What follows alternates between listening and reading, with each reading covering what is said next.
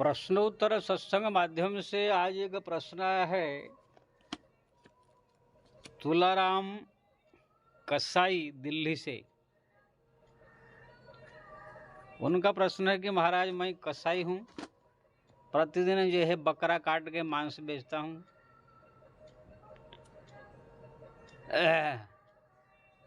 इसको जो मैं अपना धर्म समझता हूँ। कुछ लोगों ने कहा ये आपका पैसा है, इसलिए कोई पाप नहीं है, लेकिन मेरे को थोड़ा सा संकोच होता है। तो क्या ये कसाई हूँ मैं, ये बकरा काटना बेचना ये पाप है? क्या मेरा धर्म है ये?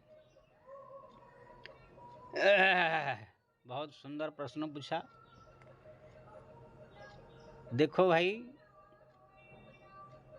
पूर्व जन्म के किसी प्रकार से कोई ऐसे कर्म था, कोई ऐसे पाप था, कुछ ऐसे दुर्भाग्यवश आपको जो है कसाई जन्म मिला। इसके कारण आपको जो है जीवों की हत्या करके उनको काट करके बेचने का ये धंधा मिला। इसको सौभाग्य समझना ये भूल है। इसको जो है अपना दुर्भाग्य समझना चाहिए कि पूर्व जन्म के कोई अपराध पाप के कारण मेरे को ऐसे वृत्ति मिला है। बाकी संसार में तो भाई 100 प्रकार के लोग हैं। गुंडा भी मिलेंगे, बदमाश भी मिलेंगे, संत भी मिलेंगे, दुष्ट भी मिलेंगे, बलात्कार करने मिले, वेश्या भी मिलेंगे।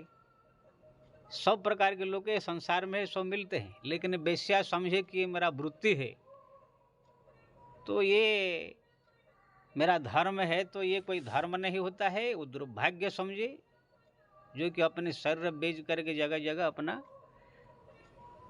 पैसा कमा रही। कोई फिल्म में काम करने वाली लड़की समझे, नाच गा के अंग प्रदर्शन करके लोगों को छाती दिखा के, अपना क्रीम पाउडर लगा के, अपना चमक धमक दिखा के दूसरे को रिझा के पैसा कमाती है। तो बोले कि हम जो है हमारा ये काम है, तो ये नहीं है, ये दुर्भाग्य है। पूर्व जन्म में कोई पाप के कारण जो है इसी प्रकार के माहौल से आपका जन्म हुआ, इसी प्रकार की संगति मिला, इसी प्रकार से आप जाए फंसे। इसको अपना दुर्भाग्य समझना चाहिए, न कि इसको जो है अपना कर्म समझ करके संतुष्ट हो जाने चाहिए। मैं नहीं कह रहा हूँ कि ये संसार में सब की जरूरत नहीं है, जरूरत है।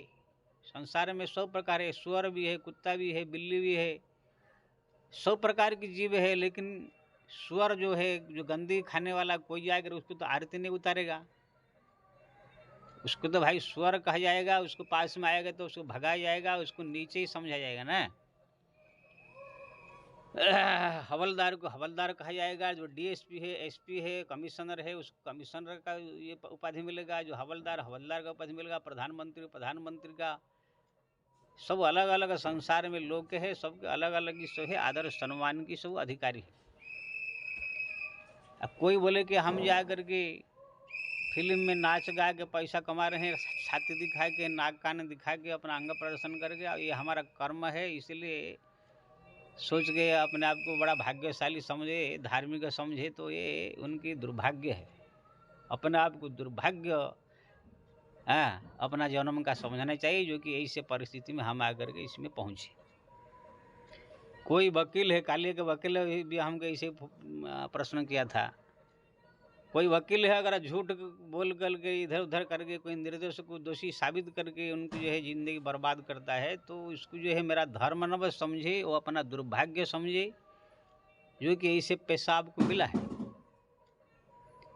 बहुत सारे लोग जो है अनज्ञानी, जो है ऐसे कुछ मूर्ख हमारे वक्ता लोग भी है, ये सब को जो है अपना कर्तव्य कर्म ऐसे कह करके उनको जो है शाबाशी दे देते हैं। संसार में अगर किसको कोई भी कर्म मिला है, उसी कर्म के साथ भगवान ने उसी के साथ धर्म भी जोड़ दिया है।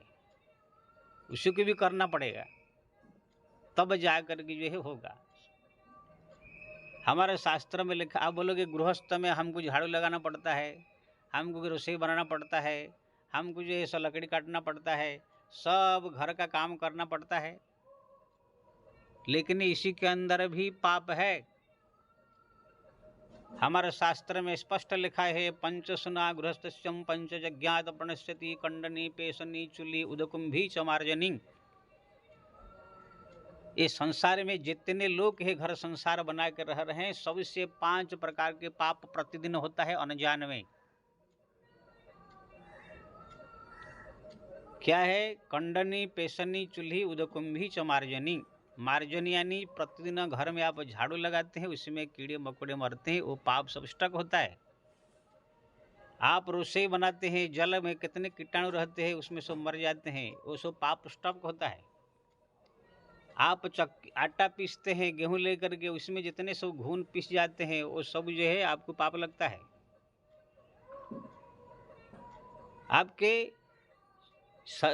चलने में, बोलने में, उठने में, बैठने में, झाड़ू लगाने में, कितने ऐसे काम आप लोग करते हैं। घर में जो मिक्सचर चलाते हैं, उसमें भी जो उसमें कीड़े मकोड़े कितने पीस के मर जाते हैं। झाड़ू लगाते हैं, उसमें रसोई बनाते हैं, कपड़ा धोते हैं, कपड़े में कितने कीड़े मकोड़े रहते हैं। तुम्हारे शरीर में जू पड़ जाता है, वो भी मारना पड़ता है। कभी कभी औरत लोग को तो ज़्यादा जू पड़ जाता है, रेंगती रहती है। अब वो लोग ला करके उसमें लगा करके जो है दवाई सब मार देती है। उसको क्या पाप है? मच्छर घर में आ जाता है, मच्छर को मारना पड़ता है। खटमल आ जाते हैं, खटमल मारना पड़ता है। ये सब जितने सब पाप व्यक्ति करता है, ये सब स्टक होती है। इसको आप मार्कंड पुराण, गरुड़ पुराण और पंचम स्कंद भागवत का देखिए, नरक वर्णन देखेंगे, ये सब का भी एक एक पाप सब लिखा जाता है। तो फिर ये है भगवान का ये जो अनजान में छोटे छोटे जीवों की जो हत्या हो जाती है, इसको अगर कोई व्यक्ति प्रतिदिन 5 काम करे तो उनका प्रतिदिन का पाप नष्ट हो जाएगा, नहीं तो सब स्टक होगा। क्या 5 काम? अध्यापनम ब्रह्मयज्ञम पितृयज्ञस्तु तर्पणम होम दैवम बलिर्भूतम नृयज्ञम अतिथि पूजनम। प्रतिदिन पुराण शास्त्र ग्रंथ भगवान की लीलाओं का थोड़ा सा अध्ययन अध्यापन करना चाहिए, पढ़ना चाहिए, या उनका लीलाओं का स्मरण करना चाहिए। पितृयज्ञस्तु तर्पणम, अपने पितृलोक को कुछ तर्पण करना चाहिए। होम दैवम, प्रतिदिन अग्नि में थोड़ा सा शुद्ध गाय का घी हवन करना चाहिए देवता लोग के लिए। बलि भूतम, यानी जितने भी कुत्ता बिल्ली गधा फधा ये सब जो छोटे छोटे जीव अपने, जिसका निराश्रय जीव है, कौवा है, बिल्ली है, कुत्ता है, चूहा आदि आदि, ये सब जो है थोड़ा भोजन, चिट्टी है, उनको जो है जैसे शक्कर डाल लिया। और नृयज्ञम अतिथि पूजनम, एक अतिथि साधु संत महात्मा गरीब ब्राह्मण कोई भी दुखी भूखा प्यासा को प्रतिदिन एक बार भोजन कराने का। ये 5 काम अगर प्रतिदिन कोई करता है तो जो अनजान में हम सब लोग जो है कीड़े मकोड़े सब चलते उठते बैठते, झाड़ू लगाते, रसोई बनाते, सब मर जाते हैं। कभी कभी मच्छर मार देते हैं, कभी कभी जो है घर को साफ सफाई करते समय कितने मर जाते हैं। ये सब पाप सब जो नष्ट होगा। अगर ऐसे नहीं किया ये 5 काम तो फिर सब पाप स्टॉक होता जाएगा। अब आप ही बताइए, ये 5 काम कोई करता है प्रतिदिन? ठीक है, अध्यापन पुराण शास्त्र 5 मिनट कोई पढ़ लेता होगा, रामायण फमायण पढ़ लेते हैं। पितृलोक को तर्पण प्रतिदिन कौन करता है? होमम, अग्नि में शुद्ध गाय का घी कौन छोड़ के हवन कर गए महंगा के युग में? एक पंडित जी सोचा कि थोड़ा चलो मैं भी हवन करूँ, प्रतिदिन शुद्ध गाय का पीला पीला घी जैसे अग्नि में डालने के लिए चाहा, उसको जो लोभ आ गया, अपने मुंह में डाल लिया। कौन आजकल घी हवन करेगा? बलिर्भूतम, ये छोटे छोटे जीव कुत्ता बिल्ली को कौन प्रतिदिन भोजन देता है? कोई ये 100 में एक मिल गया, नहीं तो नहीं। प्रतिदिन एक अतिथि अभ्यागत तो साधु संत को भोजन कौन कराएगा? आजकल महंगाई जमाने में अपना का ठिकाना नहीं। तो ऐसे ऐसे जो छोटे मोटे पाप के लिए भी हमारा शास्त्र में ऐसे ऐसे विधान बताया गया कि ऐसे करोगे तो पाप कटेगा, नहीं तो स्टक हो जाएगा। लेकिन अगर आप ये 5 महायज्ञ आप नहीं कर सकते हैं 5 काम, तो भी भगवान का नाम राम राम राम हरे कृष्ण अगर आप जप कर रहे हैं, भगवान का धामों का तीर्थों का आप दर्शन कर रहे हैं, भगवान का नाम का जप कर रहे हैं, तो वो 5 काम अग्नि हवन अतिथि सेवा जो बताया गया है सब नहीं करे तो भी हरिनाम जप से भगवान का धाम के प्रभाव से करोड़ों करोड़ों पाप नष्ट हो जाती है। सियावर रामचंद्र की जय। तो आप इसी प्रसंग से समझ गए होंगे, छोटे छोटे जीवों को मारना पाप है, छोटे छोटे कीड़े मकोड़े को मारना ये पाप कहा गया है। तो फिर वकील झूठ बोल के किसी का जिंदगी बर्बाद कर दे, उसको जो है पाप श्रेणी में कैसे में नहीं माना जाएगा। कसाई प्रतिदिन 100 बकरा काट करके बेचे, उसको कैसे पाप श्रेणी में नहीं माना जाएगा। अगर कसाई के लिए कहा गया है कि अगर वो बकरा काट के बेचने के लिए कहा गया है, तो उन्हीं के ही धर्म में ये लिख दिया गया है आपको ऐसे ऐसे भजन करना होगा, ऐसे ऐसे दान करना होगा, ऐसे ऐसे पुण्य करना होगा, ऐसे ऐसे काम करोगे तब ये पाप आपका नष्ट होगा, ऐसे भी लिखा है।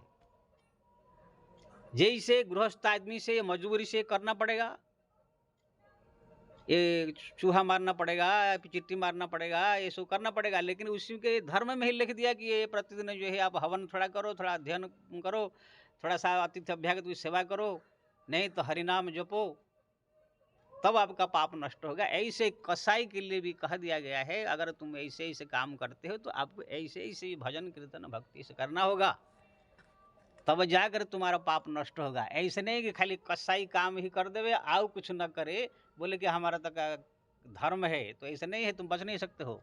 जैसे कोई गृहस्थ बोले हमारा तो गृहस्थ काम है, ये झाड़ू लगाना, पोता लगाना, रसोई बनाना, कीड़े मकोड़े मारना, ये सब नहीं मारेंगे तो कैसे होगा। तो अगर ऐसे खाली आप धर्म समझ करते रहोगे और ये 5 काम जो हवन यज्ञ फज्ञ मैंने बताया, अभी अतिथि की सेवा, ये सब नहीं करेंगे तो आपका पाप स्टक होता जाएगा। या तो हरिनाम जप तीर्थ धाम नहीं करेंगे तो पाप आपका स्टक होता जाएगा। अगर 2 बात भगवान ने बताया है, अगर तुम संसार में रह करके कुछ ऐसे पाप काम आपका वृत्ति है जो कि आपका धर्म कर्म है, वो चोरी कसाई करना या संडा साफ करना या कीड़े मकोड़ों को मारना, कुछ ऐसे आप काम आपको मिला है, तो वो काम के साथ साथ भगवान ने उसके पीछे लिख दिया है भाई तुमको ऐसे धर्म भी करना होगा, ऐसे भी काम करना होगा, ऐसे भजन भी करना होगा। इसलिए ये मत समझ लीजिए खाली ये हमारा धर्म है। अगर क्षत्रियों के लिए कहा गया है कि जंगल में जा करके शिकार करना, इसलिए आप देखेंगे बड़े बड़े क्षत्रिय सब जो छोटे राजकुमार जाकर जंगल में शिकार करना उनका धर्म है, कि ना ऐसे करेंगे तब वो लोग को जो है अभ्यास युद्धाभ्यास होगा। इसलिए भगवान राम भी जंगल में जाते थे, शिकार करते थे। लेकिन उनके ही राजधर्म में ये भी लिख दिया गया है, जो शिकार करके वो लोग मारते हैं उसी के राजधर्म में भी यही लिख दिया गया है, आप जो है प्रजाओं को जो है पुत्र के समान सेवा करने का। कोई भी दुखी जीव जो है उनके राज्य में रहना चाहिए। कोई भी दुखी रंग की परेशान जीव कोई अगर आ जाए, उनकी जो है भोजन पानी का व्यवस्था, खाने पीने का व्यवस्था, इलाज का व्यवस्था, राजाओं के लिए बहुत ये सब धर्म बताया गया है। कोई भी जीव दुखी आपके राज्य में अगर है तो उनके लिए खाने का, पीने का, इलाज का सब व्यवस्था करना होगा। अगर कोई भी जीव दुखी है तो फिर राजा को जो है वो पाप लगेगा। जिनके राज में प्रजा दुखारी, ते नृप राज नरक अधिकारी। जिनके राज्य में कोई भी अगर जीव एक दुखी है तो राजा को वो नरक में जाना पड़ेगा। अब बताइए, उनके ही धर्म में ही लिख दिया गया। उधर कह दिया कि तुम शिकार खेलो, ठीक है भाई वो करना जरूरी है, लेकिन इस शिकार के साथ साथ इधर धर्म भी राजधर्म में लिख दिया है कि कोई एक भी जीव दुखी जीव आपके राज्य में नहीं रहना चाहिए। अगर कोई भी जीव अगर दुखी है तो उसका पाप तुमको लगेगा।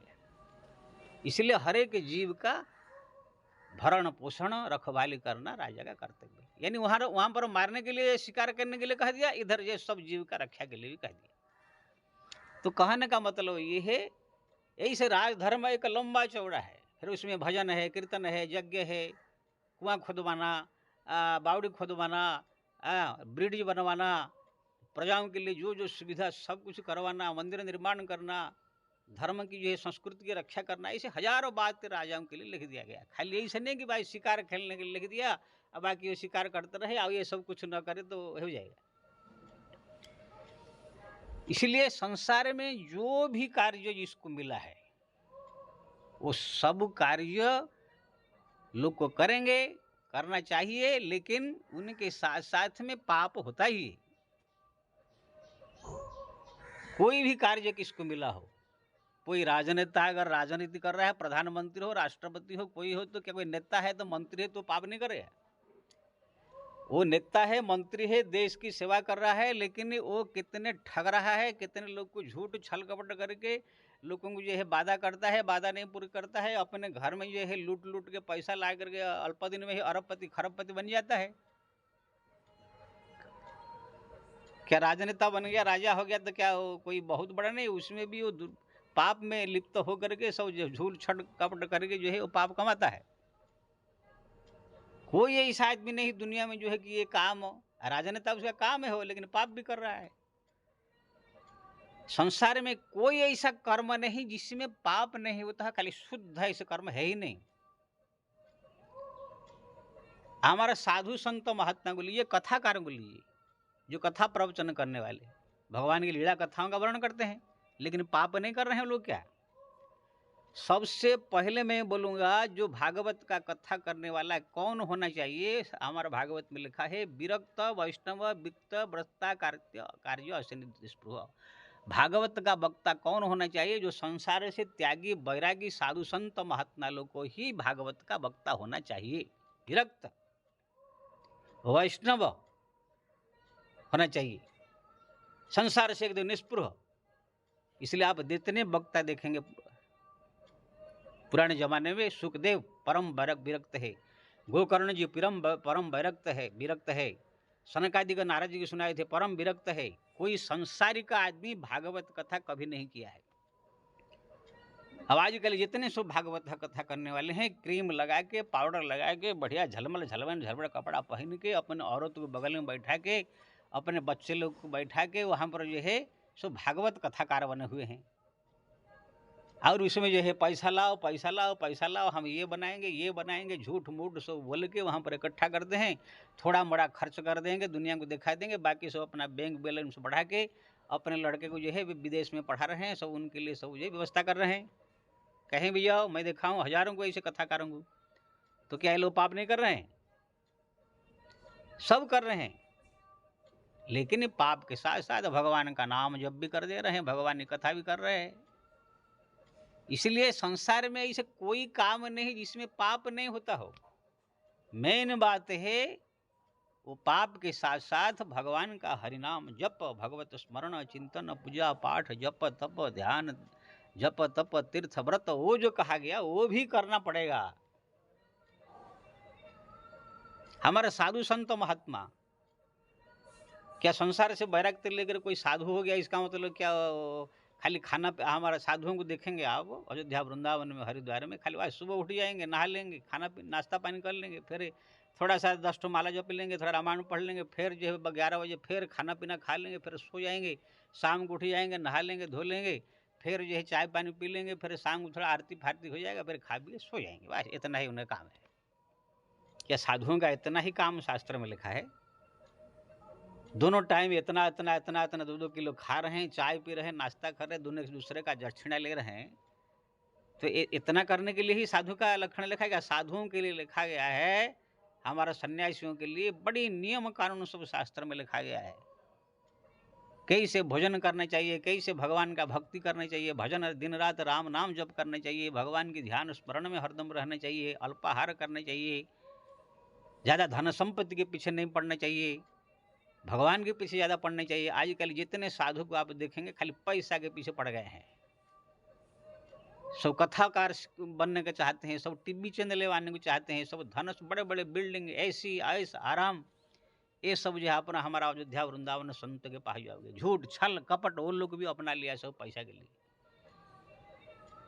हमारे एक सुधांशु जी महाराज है, सब लोग जानते होंगे, उनके पास एक जो है सेठ आया दान करे, बोले महाराज मेरा 75 लाख रुपया मेरे को दान करना है। ठीक है ना, क्या आपको दान करने से आपका मतलब टैक्स रहित है ना?